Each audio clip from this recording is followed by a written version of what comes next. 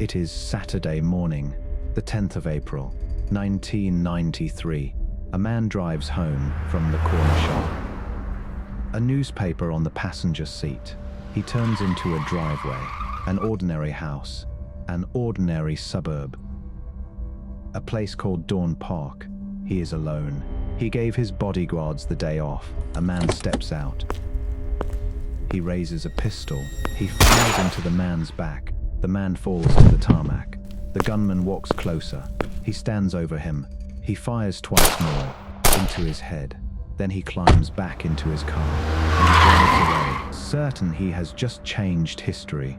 The dead man is Hani, the most loved revolutionary in South Africa. I believe in a class struggle, and I believe that the workers in this country should stand up, assert themselves, and bring about equitable redistribution of the resources of our country. And the men who sent that gunman believe one thing, that his blood will start a civil war.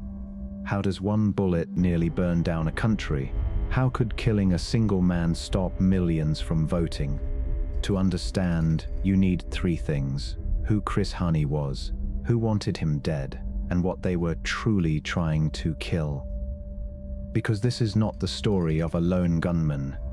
It is the story of a system that needed him gone.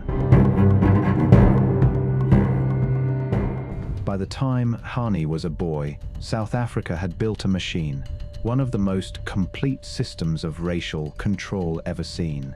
They called it apartheid. A web of laws sorted every newborn by race. The past laws controlled where you could walk, where you could work, where you could sleep. Break them, and you went to jail. Hundreds of thousands were arrested every year.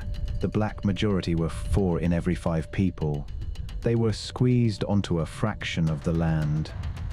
There was even a law for the mind, the Bantu Education Act of 1953. It was designed to train black children for servitude, nothing more. Hendrik Verwoerd, the architect of the policy, said it himself. There was no place for the black child above certain forms of labor. Then came the removals.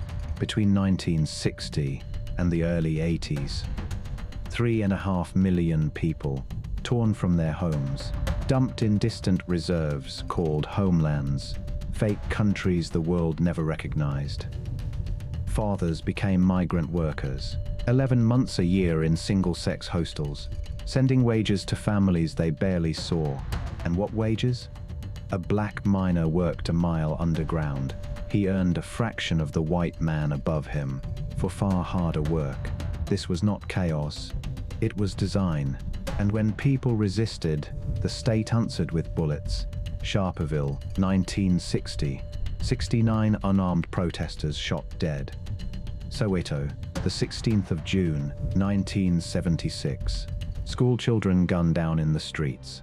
By the mid-80s, the country lived under states of emergency, detention without trial, torture in police cells, an intelligence service that watched in the dark. It was built to last forever, and only one thing could truly threaten it: a black leader, one who could look his people in the eye and take away their fear. Martin Thembizile Hani was born on the 28th of June, 1942, in the village of Sabalale, in the Kofimvaba district of the Transkei.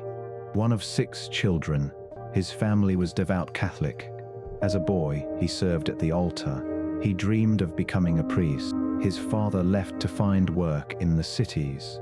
Like millions swallowed by the migrant labor system, Hani was brilliant. He studied at Lovedale. Then at the University of Fort Hare, he read Latin and English literature, and he read Karl Marx. And there a question formed: if this suffering was built by men, could it not be unbuilt by men? At just 15, he joined the ANC Youth League.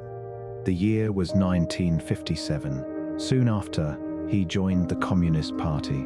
By then driven underground, the state had banned protest. It had shot down unarmed demonstrators. And the ANC decided that peace alone had failed. It formed an armed wing, Umkhonto Sizwe, the spear of the nation. In 1962, Hani joined it. He slipped into exile. He trained as a soldier abroad, including in the Soviet Union. In 1967, he fought in the Wanki campaign, deep in what was then Rhodesia, alongside Zimbabwean guerrillas. It was brutal, and it ended in retreat. He was forced across the border into Botswana, where he was jailed for 2 years. He came out angry.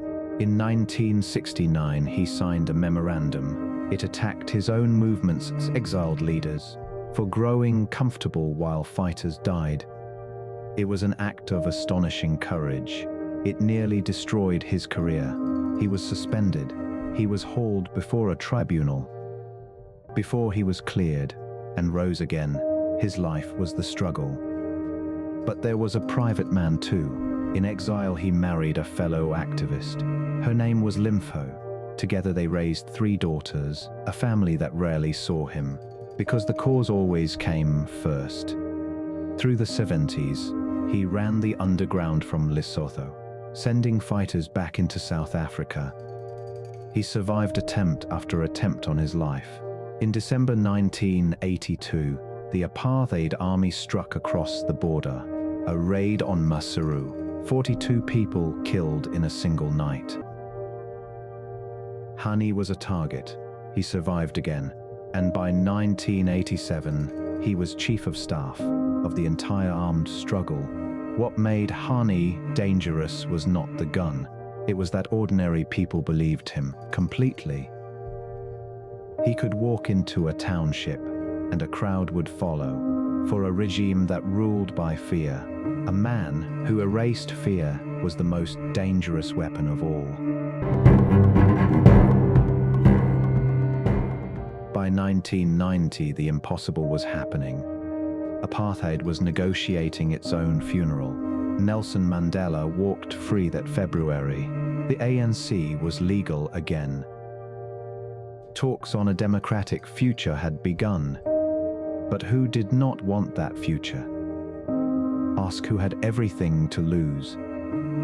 The security establishment had hunted the ANC for 30 years. Many would sooner burn the country down than surrender power. They had run death squads for years. From a farm called Vlakplaas, quiet men who killed and buried in the dark.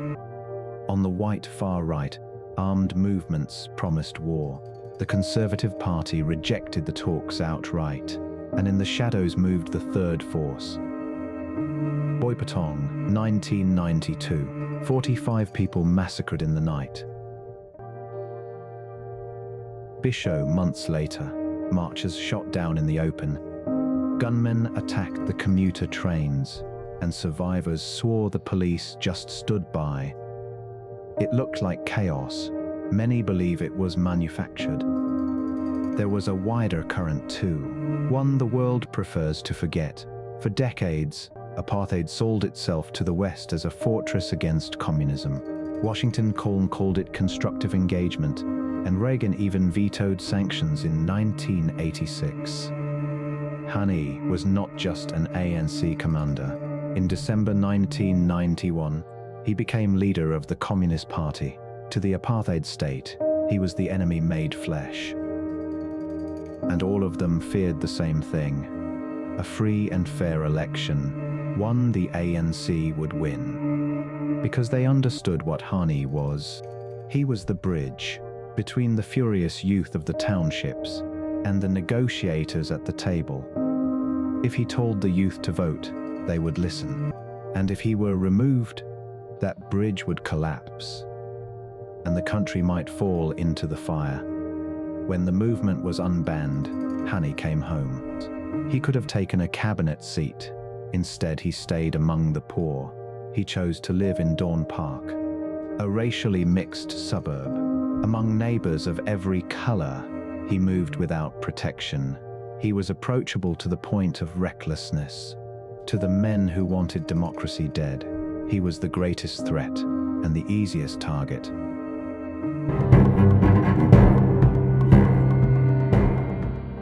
So the threads draw together. A far-right fanatic is given a pistol. His name is Janusz Walusz, a Polish immigrant. The weapon was stolen from the state itself. A member of parliament helps supply that gun. His name is Clive Derby Lewis, a leader of the Conservative Party.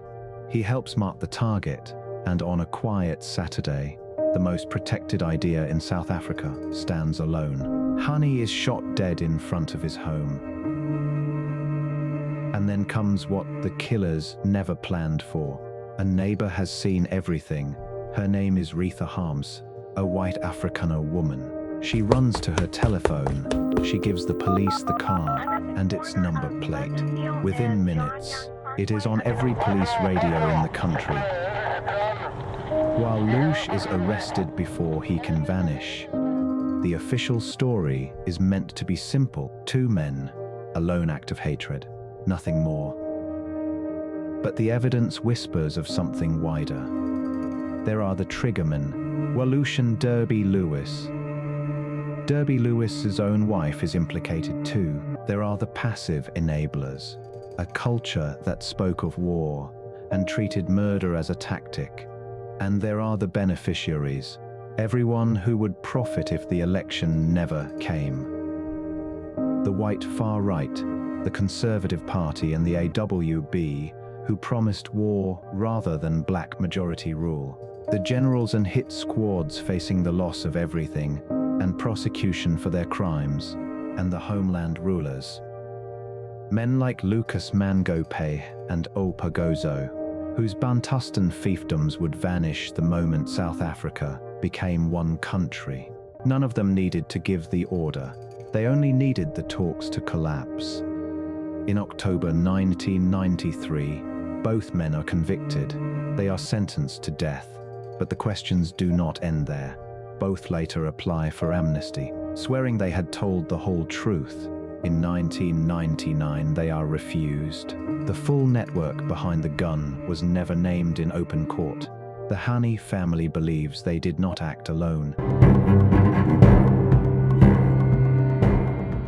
For a few days, it looks like the killers will win. The country convulses. Townships erupt in grief and rage. Many are certain war is coming. The far right is betting it will prove that black rule means chaos and that the talks must be abandoned. It is not the president, de Klerk, who holds the nation together. It is Nelson Mandela, Hani's comrade.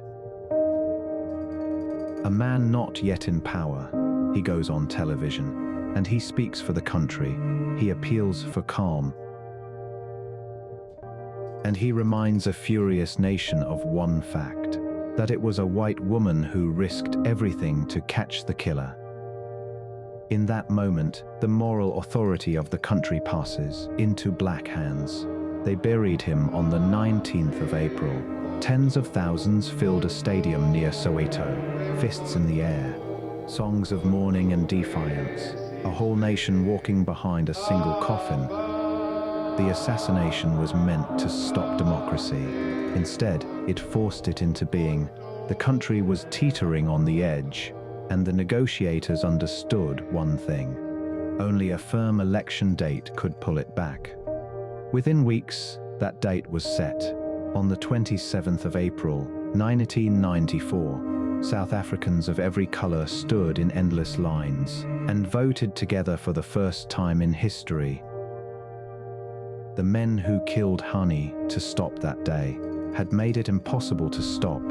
The killers were sentenced to hang. Then the new democracy abolished the death penalty, and their sentences were commuted to life. Derby Lewis was released on medical grounds. He died a free man in 2016. Walusz was paroled in 2022. The men who killed to defend the old order were spared by the mercy of the new one. It's proven that white people can run the country. Black people, in most, besides the example which I given you of Biafra and things, they generally can't do that. Today, Hani lies in a cemetery near Johannesburg, visited by people not yet born when he died. His name is on streets, on clinics. on schools across South Africa, but he never cast a single vote. They wanted to murder a future. They only fixed the date of its birth. He was 50 years old,